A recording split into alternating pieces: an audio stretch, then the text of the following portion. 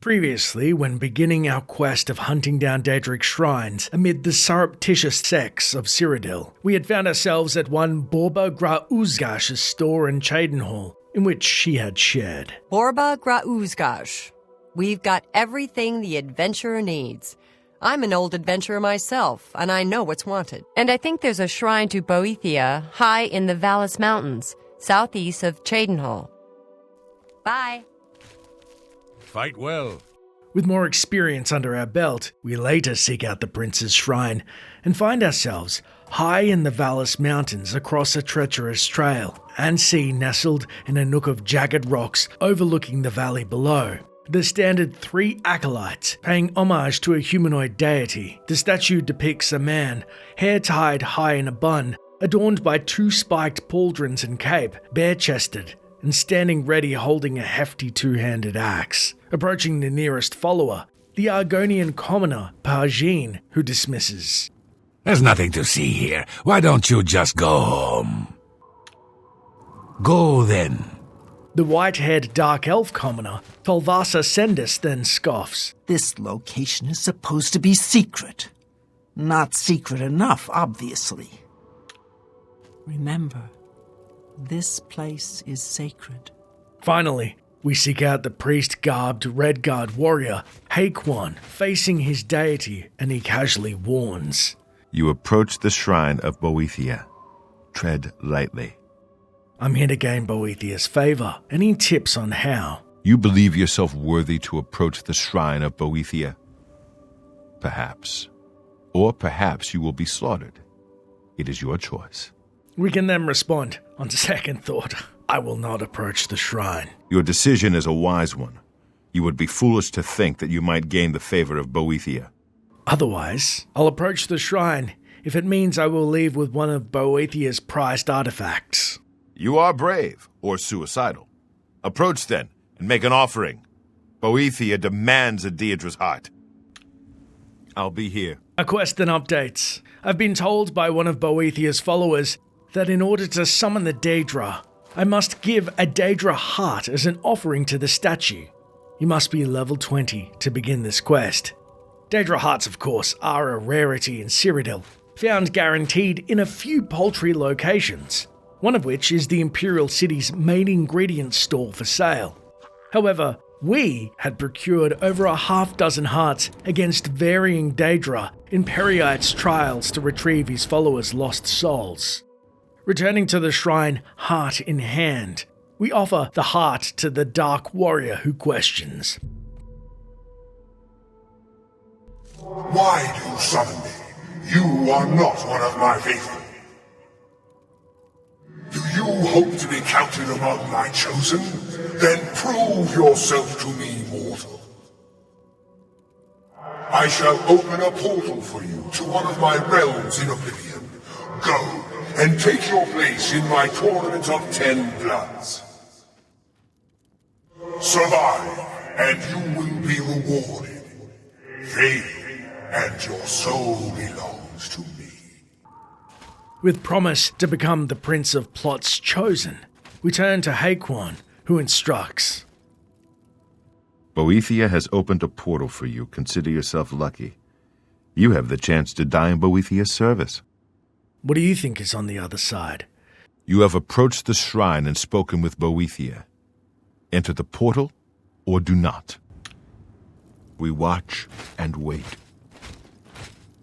We then note in our journal, Boethia has told me that I am to participate in the tournament of 10 bloods. When I am ready, I should enter the nearby portal to Oblivion and will be sent to one of his realms for battle. As the glowing blue portal construct floats before us, we have little recourse but to enter and face the treacherous trials ahead. We then find ourselves transported into a brood cage in a hellish plane of Oblivion akin to the Deadlands.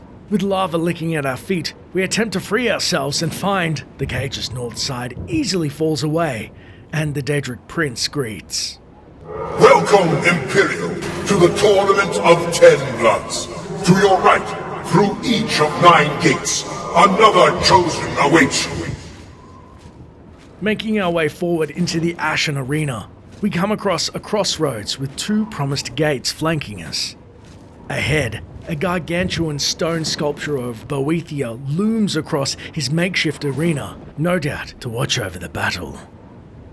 Attempting to enter the war gate to our left, we find it is sealed by the will of the great Boethia, and our fate lies through the other gate. Breaking into a light jog to the eastern gate, Boethia announces, My Khajiit is quick and cunning. Go, seek him out. See whose blood is quicker.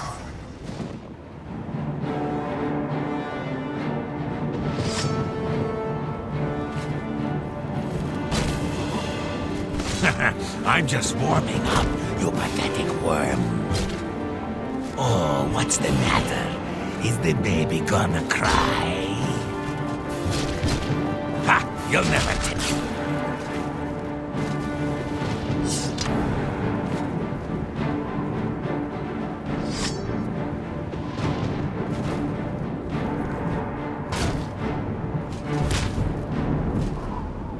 Another one bites the dust. The Khajiit is done.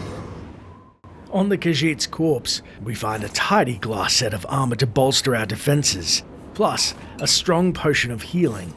Now, it should be noted, with 9 potential adversaries to fell and loot, it is best to enter Boethia's arena as light as possible with feather potions and spells aplenty, especially at higher levels where Daedric armor and weapons can be found.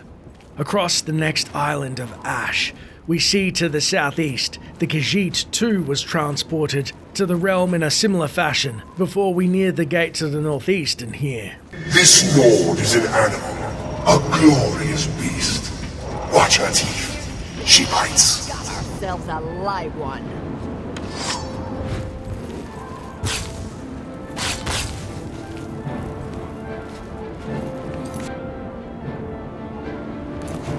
That's the best you can do? Do your worst! Do your worst! I must confess, that Nord was a disappointment. I agree. The unarmed wench was quite lackluster, as we casually struck her down with her own blade and pluck the Daedric armor and poison off her remains. With the Nord warrior dead in our wake and her gear now ours, it should be touched on quickly that there are 9 trials of combat facing each of the races from Cyrodiil. The reason why it's called 10, as there is only 9 out of 10, is you never actually battle your own race. The gate is open. Go forth and greet my chosen orc. It's then a Daedric helmed orc bearing its own frosty counterpart to our two-handed sword charges at us. Take that!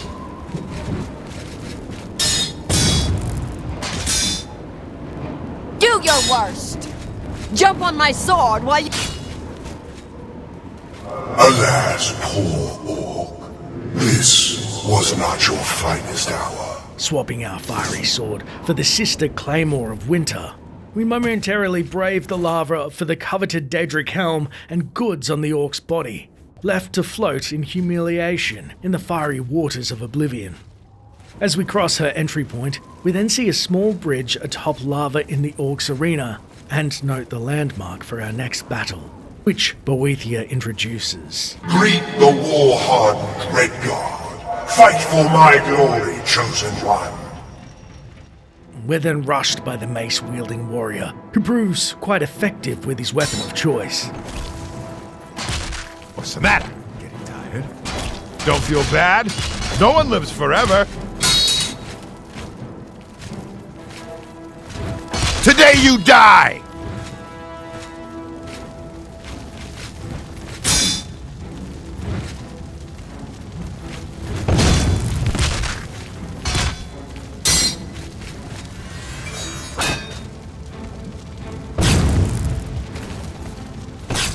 Ha ha! You move like a pregnant cow! In the scales of testing, Red Guard, you are tried and found wanting. Again, we take a dip in the molten hot magma, cursing the Redguard for not falling closer to shore, and finding the source of his flight of foot being glass speed enchanting boots. The mace, however, has been swallowed by the gurgling red waters. Slowly, we then trudge towards the next gate in our heavy Daedric armor, seeing perhaps the corpses the Redguard had collected before meeting his end.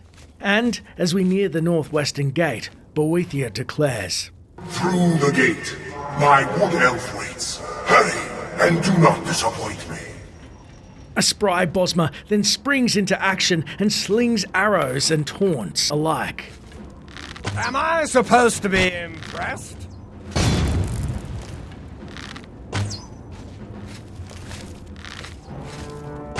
This is the part where you fall down and bleed to death! This ends here!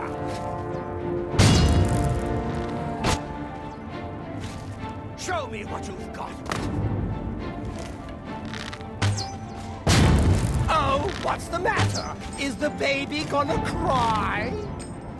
You're pathetic!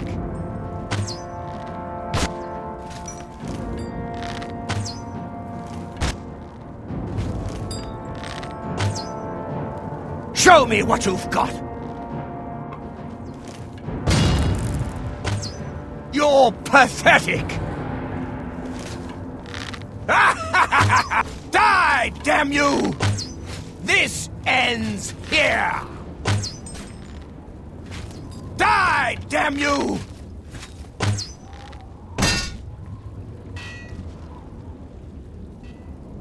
Alas for the honor of Valenwood. The wood elf has fallen. Peppered with arrows, we collect off the fallen wood elf a myriad of different arrow types to add to our own arsenal.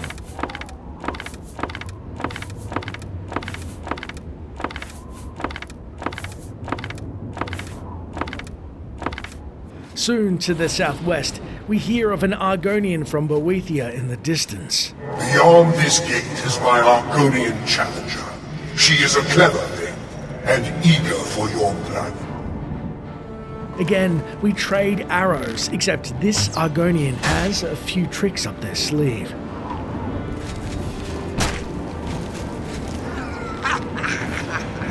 You look like a frightened cow.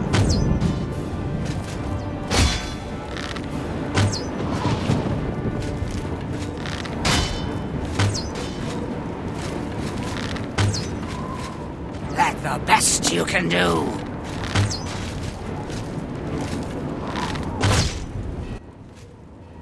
How sad. The Argonian was a poor thing. Let her go. Plucking the lizard's arrows and switching to their Daedric longsword and shield, we're soon confronted with an unexpected enemy. Here you face the swift and subtle battle. Go through the gate, chosen, and test your fate. Before the battle begins, the Breton completely vanishes, and we're faced with the fearsome battle mage. Today you die.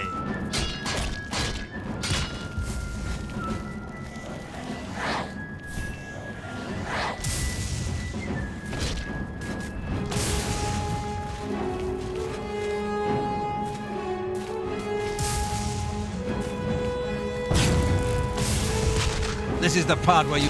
Let's... What a pity. For the Breton, it is over. Taking the Breton's armor and, more importantly, Staff of Storms, we leave his body to languish. Heading south in a great circle, we then happen upon Boethia's favored. The Dark Elves are my favored people, but I am fair-minded. The outcome is in your hands. As we back up, the elf then taunts. This is the part where you fall down and bleed to death!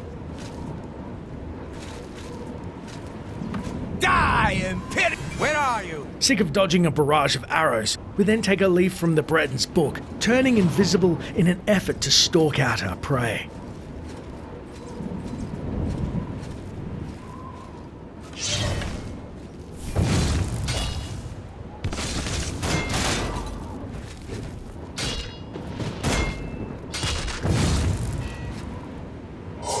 valiant effort, Dark Elf. But take comfort. Your spirit is mine. On the Dunmer's leavings, we find the familiar flurry of arrow types, as well as Daedric bow and Elven cuirass, plus potions of healing. Remembering the Breton's mage's staff, we equip it for the trial ahead. Your high elf opponent is cool and confident. Go! Let the contest begin. We then find ourselves locked in an arcane battle against an Altmer with their own staff of lightning. Die, cur!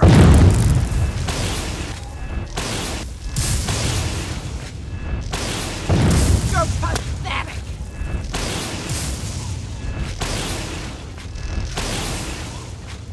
The others are dust. You alone, Imperial, remain. First and last. Go now. Beyond the next gate, your portal waits. Victorious, we pack our gear in anticipation of leaving and re-equip our trusted iron armor. Hot-footing into the lake for the Altmer's gear, including a sizable 41 strong healing potions, well worth the pain.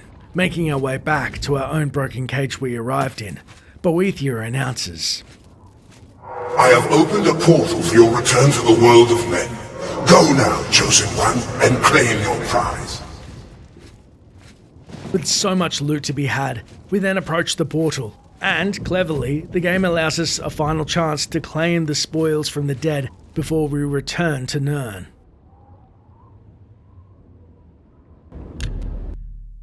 Back at the shrine, Haquan then states, You have returned, and you are not a corpse. Boethia may be pleased by this. What do you mean, may be pleased by this? I just killed one of every race for your god. You who have returned from Boethia's realm, approach the shrine and learn your fate. I'll be here. Complying with the Redguard's wishes, we indeed approach the shrine, and Boethia greets. I greet you, Chosen One. A victory in my tournament of 10 bloods brings great honor. Take Goldbrand, sheathe it in your enemies, and offer their souls as praise to me. Our quest then updates. Boethia was pleased with my performance in the tournament of 10 bloods. He has rewarded me with the enchanted sword Goldbrand. Goldbrand being a Daedric artifact and one-handed katana, blessed with fire damage 22 points, and in terms of sheer raw damage, Goldbrand is the second most powerful one-handed weapon in the game. The most powerful, well, we'll find out soon enough. Approaching Boethia's acolyte, sword in hand, they marvel. Blessed are you who wields the gold brand. Go with our blessing, Goldbrand.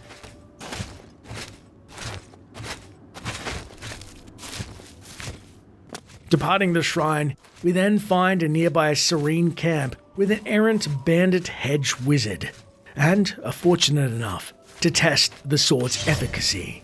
I'll hack you to pieces.